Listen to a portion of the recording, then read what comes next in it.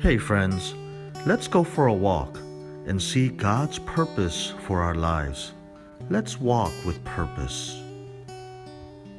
Today I'm thinking about loneliness. I'm thinking about the person who is not in a relationship and who is struggling with loneliness. And if you are in a relationship, I invite you to listen on because it will add to your insights as well. You know, many people describe loneliness as something really bad, and I'm surprised by that. Don't get me wrong, it can be very negative. There can be a lot of issues connected to your loneliness as you try to fill that void. But having said that, many people think that loneliness is entirely negative, that all you need to do is build a better relationship with God, that if you just get closer to Him, then problem solved. Now there is some truth to this, but this diagnosis is woefully inadequate.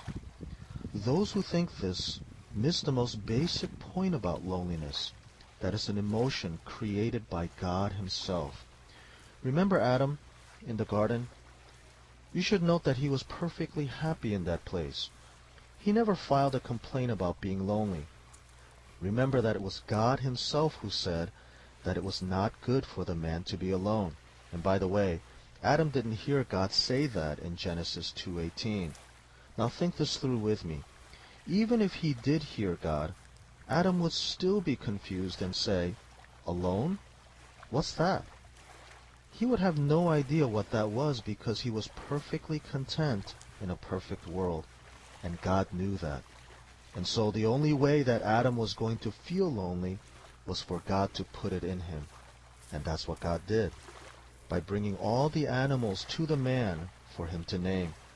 Remember, God didn't create the woman right away because Adam wouldn't understand. And so the animals were brought to him first. And to make a long story short, this naming activity led to his realization that he was indeed incomplete and lonely. My point is, God set him up for that emotion so that Adam would be moved to desire a relationship. So if God said it first and then prepared the man to experience it, then obviously it all points back to God.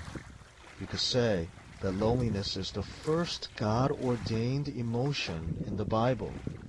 So it's woefully inadequate to describe loneliness so negatively and say that all you need to do is to have a better relationship with God and the loneliness would then be chased away.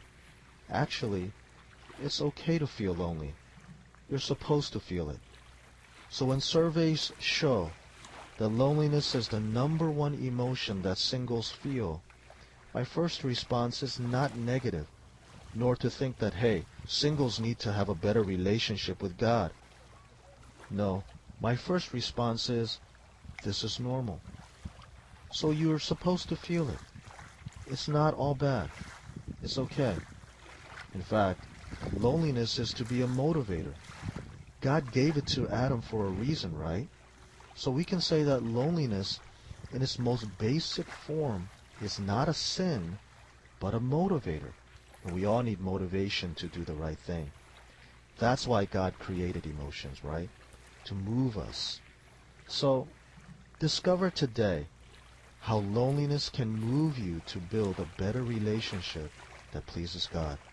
And if you are in a relationship and you're still lonely, allow that emotion to move you as well towards a closer and healthier relationship. That's it for now. Until next time. Let's walk with purpose. Thanks for taking a devotional walk with us today. If you enjoyed Walk with Purpose, click here to subscribe so you know as soon as it's time for your next walk. Visit our website for resources for every life chapter. If you are ready for your next walk, click here. See you soon. May God bless your day.